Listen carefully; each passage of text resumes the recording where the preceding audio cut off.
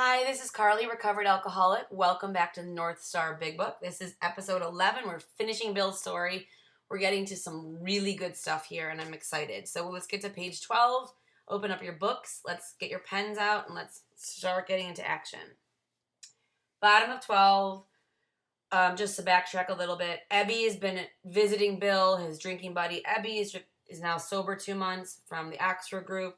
He's visiting Bill. Him and Bill are basically arguing about God, and Bill's arguing about how can I have a God and all this stuff. And Ebby gets frustrated and says, why don't you choose your own conception of God? Which basically is one of the most beautiful parts about our program. On the bottom of 12, it says, the real significance of my experience in the cathedral burst upon me. For a brief moment, I had needed and wanted God. There had been a humble willingness to have him with me, and he came. So a couple of things here. These things that we call spiritual experiences are brief moments. We don't walk around in a constant state of bliss and awe. It's a little moment in time. I remember one time walking down my long driveway at the time, and I looked up in the sky, and I saw this just beautiful mix of cloud and color, and I just thought to myself, wow, God, that is so beautiful. And it was just a moment in time. And then my kids came home and they were arguing and whining, and it passed. But for that little moment, I was just super grateful in that moment to be alive. And in this moment, because he's desperate, he needed and wanted God. This is the other reason why we want to get people, when they're brand new, immediately into the work, because we want to get them while they're desperate, because desperate equals willing, and willing equals work. There had been a humble willingness to have him with me, and he came. But soon the sense of his presence had been blotted out by, I underlined the word on the top of 12, worldly clamors. I wrote on the top of 13, where it says worldly clamors, these things can block me off from God. These things can block me off from God. So he says he felt God, he needed God, it was awesome, and then it was blotted out by worldly clamors. Worldly clamors for me are my ego, being right, taking something personally, financial fear, not having emotional security, worrying about relationship stuff, worrying about what someone thinks about me, worrying about approval, worrying about the anxiety and busyness of how am I going to do all this stuff, and I miss the moments, and I don't remember that God has me. Just for a frame of reference, on the top of 13, I wrote December 1934, Bill gets sober. December 1934, Bill gets sober. Just to remember, our fellowship, Alcoholics Anonymous, does not date itself until June 10th, 1935. So Bill is sober for almost 6 months before Alcoholics Anonymous becomes an institution. And the reason why is because it is only when Dr. Bob is sober, and that's 2 members together that makes Alcoholics Anonymous. It's one alcoholic working with another alcoholic. It says on the top of 13, and so it had been ever since, how blind I had been. And I love that memory because I couldn't see anything because it was right in front of me. I bracketed the next little teeny paragraph, and I wrote on the side, solution to physical allergy. So whenever we talk about the solution to physical allergy, it's always going to be about abstinence, stopping drinking, separating myself from it, detox. At the hospital, I was separated from alcohol for the last time. Treatment seemed wise, for I showed signs of delirium tremens. They're not talking about 28-day treatment, and let's talk about our feelings, and there's nothing wrong with it. I'm not judging it, but that's not what they're talking about. They're talking about detox because he physically had the DTs. Okay. The rest of this page is all the 12 steps. One of my sponsors gets very excited about this page, so I'm going to go through it. I bracketed the entire page, and I wrote in that space after tremens, worked all 12 steps. So Bill works all 12 steps basically within a couple of days. And I'm going to go through them all and break them down. The first paragraph, it says, there I humbly offer myself to God, which is step 3. As I then understood him. It says, as I then understood him, which means I don't understand him the same way anymore. To do with me as he would. So he says, do whatever you want.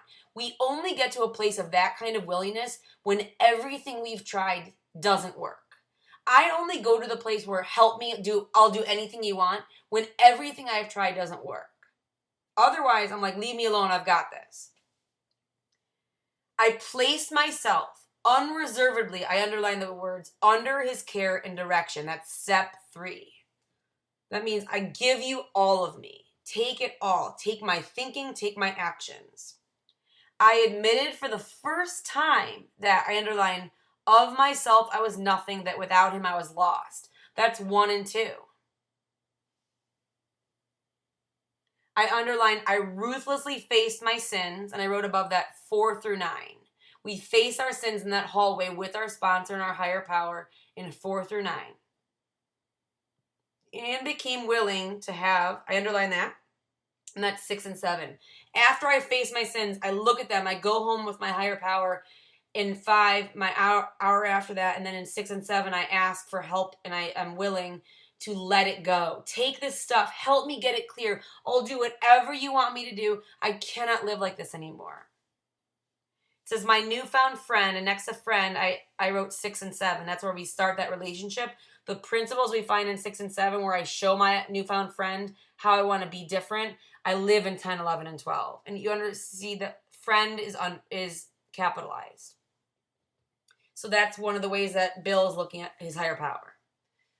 Take them away, root and branch. I have not had a drink since. So I bracketed that first paragraph, or that one that starts with there I humbly offered, and I wrote on the side, solution to mental obsession. Solution to mental obsession. So the 12 steps is how we get rid of the mental obsession. 4 through 9 keeps it away, gets rid of it. 10, 11, and 12 keep it away. If we don't do 10, 11, and 12 on a daily basis, our hallway will get blocked. We will forget everything we remembered and everything we learned. We will not be able to hear God. We will not be able to hear our sponsor. We will not be able to hear anything in meetings. We will only hear the mental obsession. We will go back in that room and we will die an alcoholic death. The next paragraph I bracketed, and I wrote above it 4 through 9. So this paragraph is really going to be highlighting 4 through 9. It says, my schoolmate, that's Ebby, visited me, and I fully acquainted him with my underlined problems and deficiencies. Above problems and deficiencies, I wrote 4 and 5.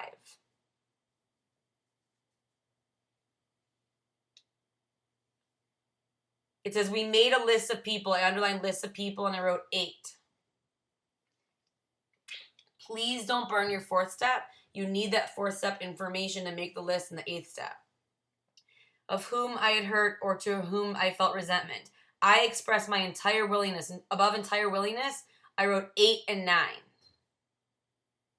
To approach these individuals admitting my wrong. That's clearing out the hallway. I don't want anything blocking me off from God or anyone. Ooh, I'm going to use that. When I get resentful at somebody, I'm going to think about, do I want so-and-so blocking me off from God? No, absolutely not. No one's coming near my God. I underline the next 2 sentences. Never was I to be critical of them. I was to write all such matters to the utmost of my ability. And I wrote 9 next to that. If I just focus on never was I to be critical of them as a principle and as a tool, like if I start my day tomorrow morning and I say to myself, do not be critical of anyone today. Keep your mouth shut. Keep your judgments to yourself. Focus on your business. No criticism. I would have a peaceful day. It would be hard internally because I'm judgmental, but it's what I'm supposed to be doing. The next paragraph I bracketed, and this is 10, 11, and 12, which is my life. I was to test my thinking by the new God consciousness within. And above that, I wrote 10 and 11. We're going to read about it way later on. 10 and 11 promise me I'm going to be guided, directed, and inspired through these steps, through my higher power, by keeping my hallway clean. I underlined common sense would thus become uncommon sense. And above that, I wrote 10. That's also promised to me in step 10. That what I used to think was right will become wrong. What I used to think was wrong will become right. I underlined the next sentence and I put a star next to it. And I wrote on the side what to pray for. And this is step 11. So step 10 is going to help me figure out what to do. And step 11 is going to help me of how to live and how to pray. I was to sit quietly. So that is the meditation. When in doubt, asking only for, and I circled, direction and strength. It doesn't ask, God, do it for me. God, make it go away. God, take my pain. God, make her better. God, make him like me. It says direction and strength to meet my problems as he would have me. So it doesn't say take away my problems. Because here's the thing. I don't know what's right and wrong. I don't know what's best for me.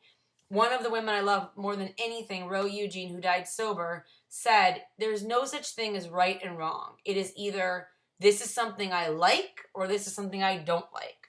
So my problems are usually things I don't like. But I don't know what God's using the things that are happening in my life to help me be more effective to help other people. So I'm not going to judge it. So one of the spiritual principles I try to practice as a tool is when something is going on that I am not having a good time with or I'm uncomfortable, I say, maybe this will prove a blessing. It's not easy to say, especially when the stakes are high. When I'm in the ER with my son with 107-degree temperature and nobody knows what to do, and I have to say to myself, maybe this will prove a blessing, what I'm saying is I don't know what's ahead. I don't know. I can't see everything.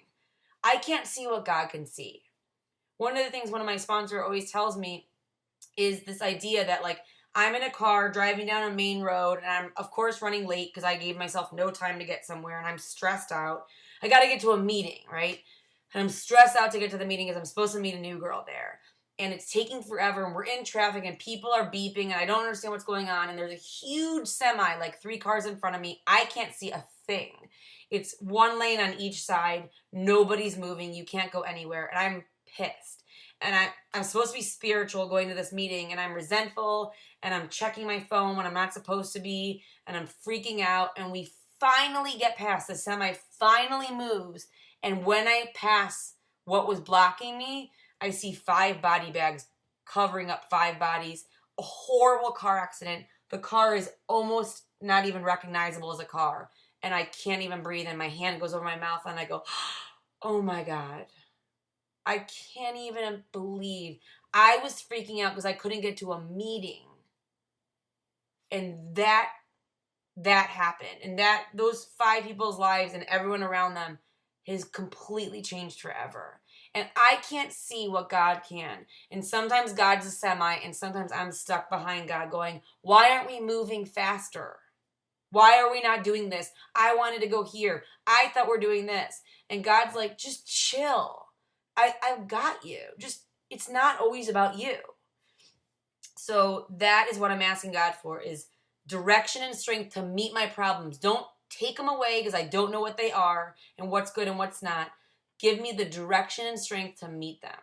And I love that. Never was I to pray for myself except as my request bore, I underlined, on my usefulness to others. Here we start really introducing, basically when we start doing step 5 and on, the book talks only about how I can be most useful to others, how I cannot prejudice myself so other people are not going to like me, how I can be most effective, and how I cannot ruin a future opportunity, because the book wants me to always be attractive and effective so I can be useful. If I had to do 2 words to describe what I was like before the 12 steps and what I'm like with the 12 steps, it's super simple. I went from useless to useful. It says, then only might I underlined, expect to receive, and above that I wrote 12. It says, but that would be, I underlined, in great measure, which is what's promised to me. I bracketed the next little paragraph.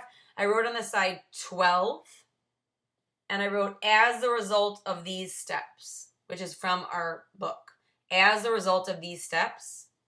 And this little paragraph is about as the result of these steps. So 1 through 11 get me to 12. 1 through 11 get me out of that hallway, clean up the hallway, free-flowing hallway. I can twist and turn. I've got incense and pictures, and I've got rugs, and it's beautiful. I've got a little rocking chair in there. I can sit with my higher power. I can go there for guidance. I can go there when I can't figure anything out, and I get direction. And 12 is what God brings me to with that cleaning and that work. My friend, that's Ebby, promise, and I circled and underlined the word promise, which is what I'm able to do to anyone who's an alcoholic who wants to get better and is willing to do the work. I can promise them that when these things were done, above these things, I wrote 1 through 11.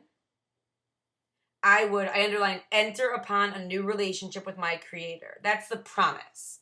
Do 1 through 11, get a relationship, a new one with my Creator. I've never seen it not happen. That I underlined, I would have the elements of a way of living which answered all my problems. And I put a star next to there. I circled the word all, and let's just pause for a moment here.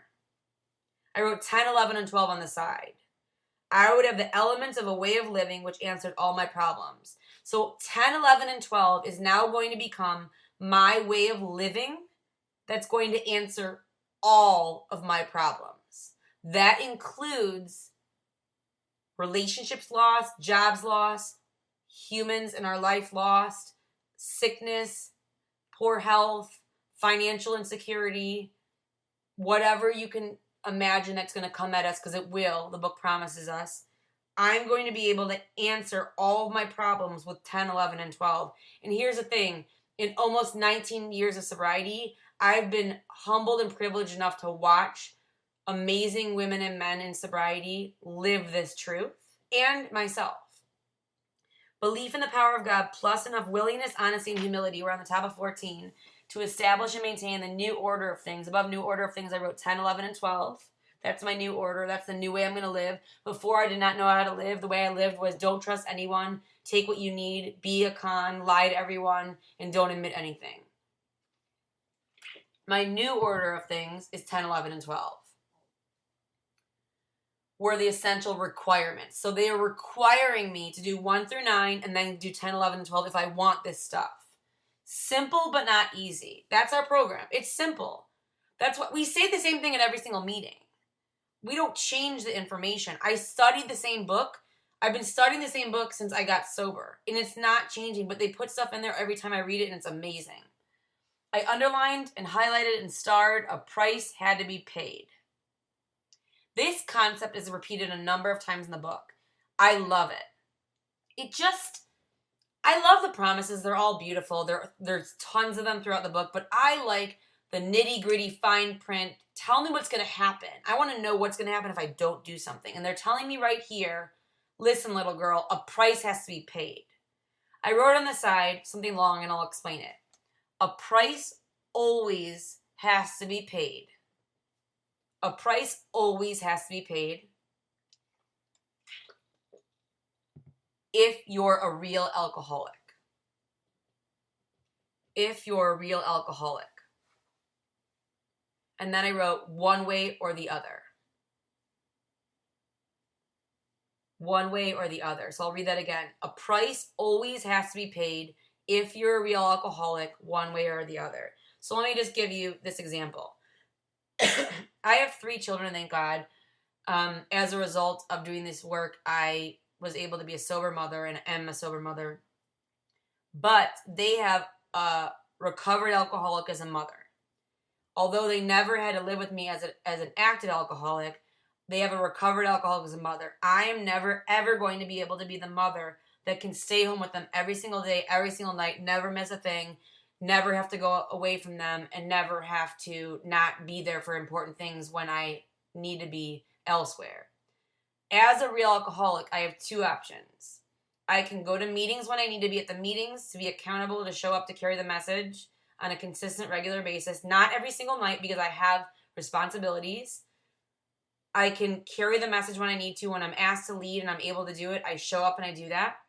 And when I need to work with a girl, or I need to message somebody back, or they're sending me an inventory and they're freaking out about something, or someone's afraid and they need guidance through it with the steps and pointing them back to God, or someone needs help, my job and my responsibility as their sober, recovered mother is to leave them and go help somebody else. That's the price my children pay and I pay as an alcoholic who's recovered to keep that status.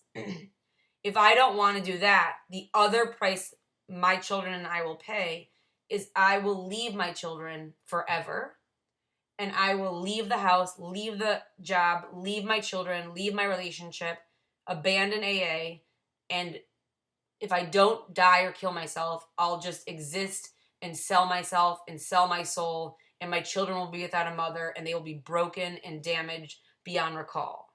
There's always a price that needs to be paid. This is my truth. I'm a real alcoholic. What am I going to do about it? Just like if, God forbid, I got cancer, the cancer's not going to go away just because I don't want to do the treatment. I've got cancer. I've got options. I can do nothing and pretend I don't have cancer, but it will still kill me. I can acknowledge I have cancer and decide I don't want to do anything about it and be afraid about it and still get killed by it. Or I can take the medication, the chemo, and the radiation, and the vitamins and the supplements and get sick and have to go through that. A price has to be paid no matter what. But we have choices. And I love this reminder right here that a price needs to be paid. It meant, I underlined, destruction of self-centeredness. Every single one of the 12 steps is about getting rid of self, getting rid of Carly, too much self. I must turn in all things to the Father of light who presides over us all. These were, I underlined, revolutionary and drastic proposals, and I wrote above that what it takes. One of my sponsors, when we lead, we take the group through the mental obsession, the physical allergy, and the 12 steps from the beginning to end so they know what the solution is and they see our experience, strength, and hope with it. When she was leading a meeting, somebody stood up and commented to her and said, your program, which is not her program, it's the 12 Steps of Alcoholics Anonymous, is exhausting and drastic. And the book tells me right here, it is drastic. Because the way I was living out there needs a drastic change. It says, but the moment I fully accepted them, the effect was electric. There was a sense of victory followed by such a, I underlined, peace and serenity. I wrote on the side, Bill had a spiritual experience. Bill had a spiritual experience. As I had never known. There was, I underlined, utter confidence. I felt lifted up as though the great clean wind of a mountaintop blew through and through. I underlined, God comes to most men gradually, and that's called a spiritual awakening. Spiritual awakening. So there's two options. After 1 through 11, you get door number 1 or door number 2. You either have a spiritual experience, boom, holy crap, I can't believe my life is totally different. I can see now, and I'm changed, which didn't happen to me. I've had many ones of those along the way, little ones. Or a spiritual awakening where you're doing the work, you don't believe in it, you hate it, you're complaining, and all of a sudden you start making different decisions that are not like the normal decisions you used to make, and somebody points out to you, usually your sponsor, hey, you didn't just do this, or you didn't just do that when I said this, or when someone said that, and they point out to me that I'm changing, and that's like, what? And I can't see it until it's already happening. But his impact on me was sudden and profound. For a moment, I was alarmed and called my friend the doctor, that's Dr. Silkworth, to ask if I were still sane, because he was like, what happened? He listened in wonder as I talked. Finally, he shook his head, saying, I underlined, something has happened to you I don't understand. I underlined, but you had better hang on to it. And I underlined, anything is better than the way you were. And I put a star next to that. Dr. Silkworth is saying, you better hang on to this because anything is better than the way you were, because he was hopeless. And that's my truth. The good doctor now sees many men who have had such experiences. He knows that they are real. While I lay in the hospital, I underlined the words, the thought came that there were thousands of hopeless alcoholics who might be glad to have what had been so freely given me. I don't know why Bill W. had that thought. Bill W., we just read about him for the last 14 pages, was selfish and self-centered and only thought about himself and making money. And now he's in the hospital and he has a thought after detox, after doing these steps. There's people out there just like me and I need to help them. Came through that there were thousands of hopeless alcoholics who might be glad to have what had been so freely given me. I underlined, perhaps I could help some of them.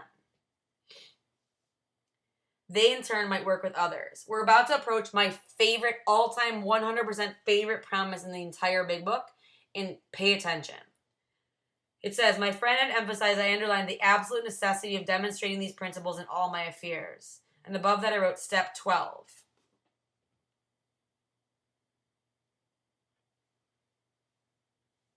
the absolute necessity of demonstrating these principles in all my affairs. Particularly was it imperative to work with others. And I underlined it imperative to work with others, as he had worked with me. I underlined faith without works was dead. So believing in God, but not doing the work is going to kill me. And it says, and how appallingly true for the alcoholic. And here's my favorite promise. I underlined and I highlighted and I starred. 4, if an alcoholic failed to perfect and enlarge his spiritual life through work and self-sacrifice for others, he could not survive the certain trials and low spots ahead. I kept underlining, if he did not work, he would surely drink again, and if he drank, he would surely die. Then faith would be dead indeed. And I underlined, with us, it is just like that. I'm going to go through this again because it's so important to me. They're telling me, if I don't perfect and enlarge my spiritual life, I cannot have a spiritual life, which is 10, 11, and 12, until I've done 1 through 9. So they're assuming I've done 1 through 9. They're saying, I cannot perfect and enlarge my spiritual life through work, which is 10 and 11. Above work, I wrote 10 and 11. And self-sacrifice. Above self-sacrifice, I wrote 12, right? 10, 11 is my inventory work, my daily inventory work. My 11th step, my meditation, making sure I don't miss anything, connecting with my higher power. Self-sacrifice for others is 12. It says he could not, I double underline could not, survive the certain, I underlined and circled certain trials and low spots ahead. Couple of things here. I wrote promise on the side of page 15. I wrote promise on the top, and I wrote in big letters, there will be trials and low spots ahead. There will be trials and low spots ahead. One more time, there will be trials and low spots ahead. I wrote also, how strong is my spiritual life? Question mark. How strong is my spiritual life? This I paid attention to. All the nice stuff, yeah, whatever. That's never going to happen to me. Peace, serenity, no way. You're telling me that if I don't do this and I don't continue to do this, when life hits me in the face, and it's going to, they're promising me it's going to. I knew it was going to. That if I don't have a good connection with my higher power and good tools that I'm constantly using, that I'm never going to make it. It says, if he did not work, he would surely drink again. And if he drank, I underlined in red, he would surely die. Then faith would be dead indeed. With us, it is just like that. The trials and low spots are certain. The trials and low spots are certain. This has happened to me in my own life. I will share that many times throughout these podcasts. It has happened to me and the people who I love in sobriety, and I've watched them walk through hell sober because of this promise. My wife and I abandoned ourselves with enthusiasm to the idea of helping others to a solution of their problems. I underlined the word fortunate. For my old business associates remained skeptical for 1.5 years, during which I found little work. I was not too well at the time and was, I underlined, plagued by waves of self-pity and resentment.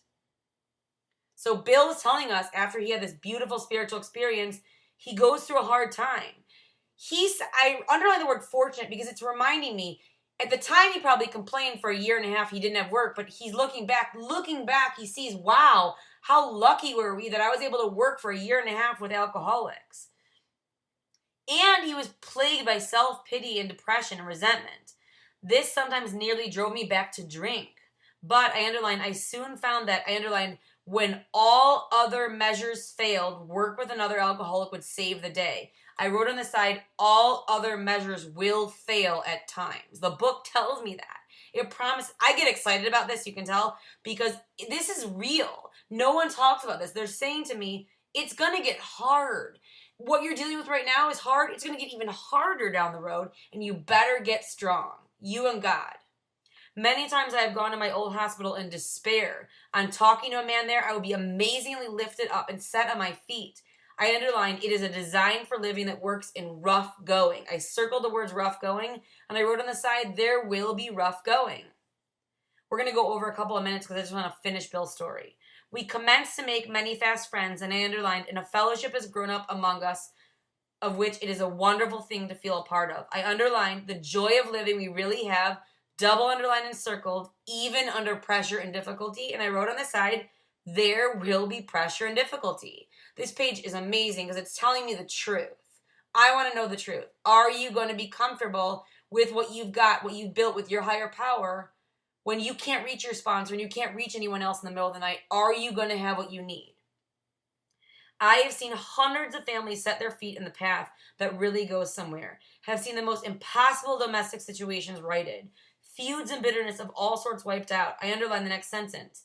I have seen men come out of asylums and resume a vital place in the lives of their families and communities. You are hearing a podcast from a woman who is almost 19 years sober, whose best idea was to lay on the bathroom rug at 6 days sober and swallow 90 pills and kill herself. This is what the 12 steps have done. It says business and professional men have regained their standing. I underline the next sentence. There is scarcely any form of trouble and misery which has not been overcome among us. In one Western city, they're talking about Cleveland, and they're specifically talking about one of my sponsors' home group, which is Borton, and its environs there are 1,000 of us and our families. We meet frequently so that newcomers may find the fellowship they seek. At these informal gatherings, one may often see from 50 to 200 persons. We are growing in numbers and power. An alcoholic in his cups is an unlovely creature. That's basically an unrecovered alcoholic. Our struggles with them are variously strenuous, comic, and tragic. I underline the next two sentences. One poor chap committed suicide in my home. That's in red. And then I underlined again in red. He could not or would not see our way of life. And next to our way of life, I wrote 12 steps. There is, however, a vast amount of fun about it all. I suppose some would be shocked at our seeming worldliness and levity. But just underneath there is, I underline, deadly earnestness. We have a good time. We're awesome. We're funny. We're silly. We joke. But underneath it all, when it comes down to it, this is life and death. Faith, I underline, has to work 24 hours a day in and through us or we perish. Most of us feel we need look no further for utopia.